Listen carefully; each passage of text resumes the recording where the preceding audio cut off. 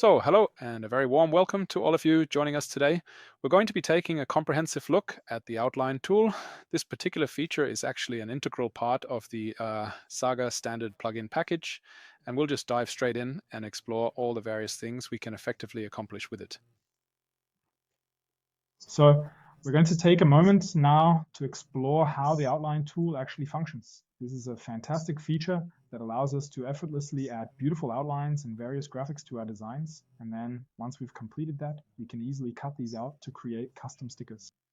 We'll just copy a sample graphic into this area, and then we'll navigate to the outline tool. And as you can already see, we have a whole range of functions and parameters that we can adjust here, all within the vectorization and tracing section.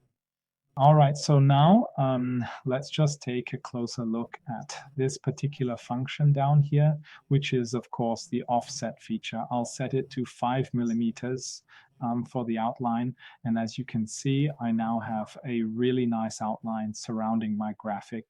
I simply confirm by pressing OK, and then I'll instantly have a really nice clean line right here that can subsequently be cut with great precision by the plotter.